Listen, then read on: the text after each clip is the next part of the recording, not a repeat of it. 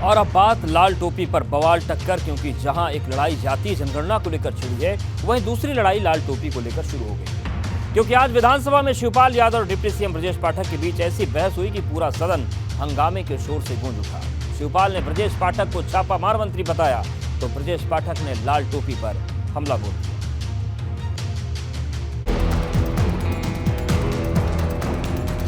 24 की लड़ाई लाल टोपी पर आई। लाल टोपी वाले लोग ये नकली समाजवादी हैं, ये ढोंगी समाजवादी हैं। विधानसभा में स्वास्थ्य वाली जंग, शिवपाल का ब्रजेश पर छापामार तंज। माननीय मंत्री जी, वैसे तो आप छापा भी बहुत मारते हैं, लेकिन तिथि का भी कोई भी अधिकारियों पर असर नहीं पड़ता है, तो बताइए ऐसे छापा मारने से क्या फायदा है। जब से यूपी विधानसभा का बजट सत्र शुरू हुआ है, पूर्वांचल से पश्चिमी यूपी तक और अवध से बुंदेलखंड तक सियासी पारा चढ़ा है। क्योंकि जहां एक तरफ अखिलेश यादव जातीय जनगणना की पिच पर खेल रहे हैं, तो वहीं अब शिवपाल भी खुलकर मैदान में आ गए हैं। क्योंकि विधानसभा के बजट सत्र का 5वां दिन शिवपाल यादव और डिप्टी सीएम ब्रजेश पाठक के नाम रहा। जहाँ शिवपाल ने ब्रजेश पाठक को स्वास्थ्य के मोर्चे पर घेरा, तो ब्रजेश पाठक ने बेबाकी से शिवपाल के सवाल का जवाब दिया। आज उत्तर प्रदेश की स्वास्थ्य व्यवस्थाएं बहुत ही बुरी हालत है, कहीं पर कोई व्यवस्था नहीं। लोग बिना इलाज के मर रहे हैं। वैसे तो विज्ञापनों में तो ये लगता है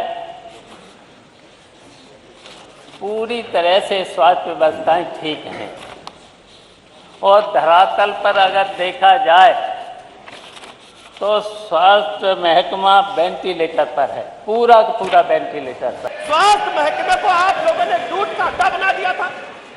सरकारी योजनाओं में किस ढंग से लूट हो सकती है, समाजवादी पार्टी के शासनकाल में खुलेआम लूट होती थी।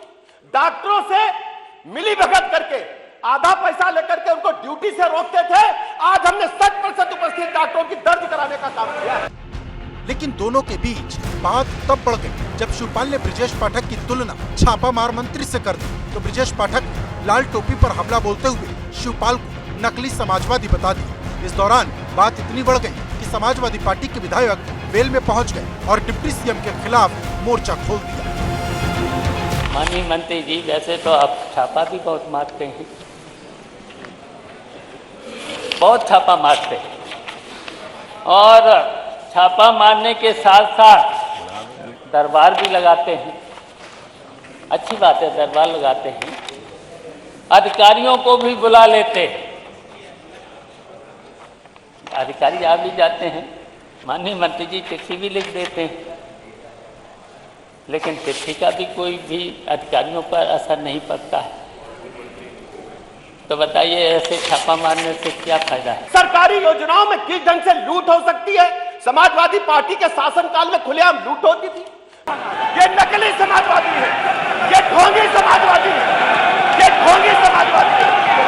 ये लाल टोपी वाले लोग शेबर है, अराजकता फैलाते हैं, गुंडाई फैलाते हैं, पूरी तरह से अराजकतावादी हैं ये लोग, और कानून व्यवस्था तोड़ने वाले लोग हैं। विधानसभा में बजट सत्र के 5वें दिन भी सत्ता पक्ष और विपक्ष के बीच काफी गहमागहमी देखने को मिली।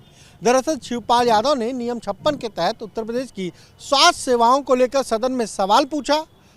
उप मुख्यमंत्री और स्वास्थ्य विभाग की जिम्मेदारी संभाल रहे ब्रजेश पाठक ने जब उसका जवाब दिया, तो उनके जवाब से शिवपाल यादव संतुष्ट नहीं दिखे। उन्होंने साफ तौर पर कहा कि स्वास्थ्य सेवाएं बेहद बुरी स्थिति में हैं और अस्पतालों के बाहर दलाल बैठते हैं। इसके बाद ब्रजेश पाठक ने साफ तौर पर कहा कि स्वास्थ्य सेवाएं बेहतर हुई हैं।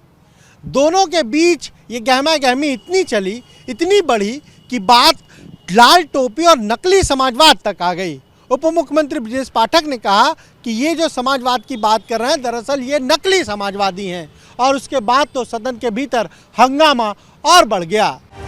अब सवाल इस बात का है कि क्या उत्तर प्रदेश की सियासत फिर से लौटकर टोपी पर आ गई है, क्योंकि विधानसभा चुनाव के वक्त भी लाल टोपी सियासत के केंद्र में थी। तब पीएम मोदी से लेकर सीएम योगी ने लाल टोपी पर हमला किया था, और अब ब्रजेश पाठक ने लाल टोपी पर निशाना साधकर 2024 से पहले यूपी का सियासी पारा चढ़ा दिया है। Bureau report, ABP Ganga.